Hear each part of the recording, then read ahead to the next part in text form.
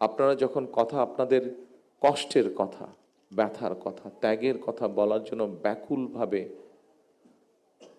সকলের দৃষ্টি আকর্ষণের চেষ্টা করছিলেন, অস্থিরভাবে প্রকাশ করছিলেন নিজের মনের কষ্টের কথা, তখন আমি এবং নজরুল ইসলাম খান সাহেব বসে একটি সিদ্ধান্ত গ্রহণ করেছি, যা উনি আপনাদের সামনে তুলে ধরেছেন। বাংলাদেশ জাতীয়তাবাদী দল বিএনপি এর আগে যখন দেশ পরিচালনার দায়িত্বে ছিল, তারা মুক্তিযোদ্ধা মন্ত্রণালয় নামক একটি মন্ত্রণালয় তৈরি করেছে, যা 1971 সালে যারা মুক্তিযুদ্ধে শহীদ হয়েছেন, আহত হয়েছেন, অর্থাৎ এক কথায় মুক্তিযোদ্ধা পরিবারদের কল্যাণ তারা দেখভাল করে থাকে। আমরা সিদ্ধান্ত নিয়েছি যে ইনশাল্লাহ বাংলাদেশের মানুষের সমর্থনে বাংলাদেশ জাতীয়তাবাদী দল আগামী দিনে সরকার গঠনে সক্ষম হলে এই শহীদ পরিবার যারা আছেন, জুলাই যোদ্ধা যারা আছেন, জুলাই আন্দোলনের যারা শহীদ পরিবার বা যোদ্ধা আছেন, তাদের যে কষ্টের কথাগুলো যে কয়জন ব্যক্তি, যে কয়জন মানুষ তুলে ধরেছেন কষ্টের কথাগুলো, এই কষ্টগুলোকে যাতে আমরা কিছুটা হলেও সমাধান করতে পারি।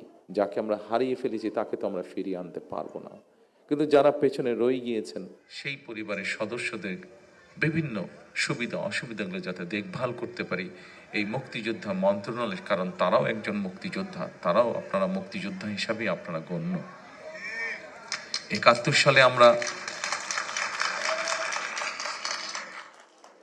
71 সালে এই দেশের মানুষ, মুক্তিযোদ্ধারা এই দেশের স্বাধীনতা অর্জনের জন্য জীবন দিয়েছিলেন, এই দেশের স্বাধীনতা অর্জনের জন্য যোদ্ধারা ত্যাগ স্বীকার করেছিলেন। ঠিক একইভাবে 24-এ যে যোদ্ধারা যুদ্ধ করেছেন, তারা স্বাধীনতা সার্বভৌমত্ব রক্ষার যুদ্ধ করেছেন। স্বাধীনতা সার্বভৌমত্ব অর্জিত হয়েছিল 71 সালে, তাকেই আবার রক্ষা করা হয়েছে 2024 সালে। সেজন্যই মুক্তিযোদ্ধা মন্ত্রণালয়ের মধ্যে আমরা আরেকটি ডিপার্টমেন্ট তৈরি করব, যাদের দায়িত্ব হবে এই মানুষগুলোর দেখভাল করা।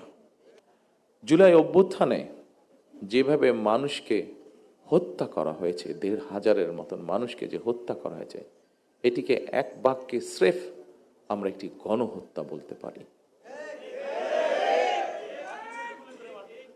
2024 সালের আন্দোলন কোনো ব্যক্তি, দল বা গোষ্ঠীর নয়।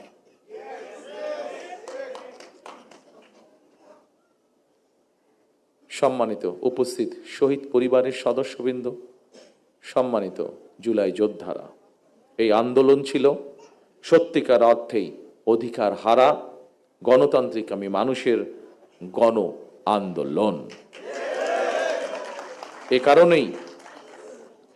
এ কারণেই আমি বলি 1971 সাল ছিল স্বাধীনতা অর্জনের, 2024 সালের আন্দোলন ছিল দেশ এবং জনগণের স্বাধীনতা রক্ষার।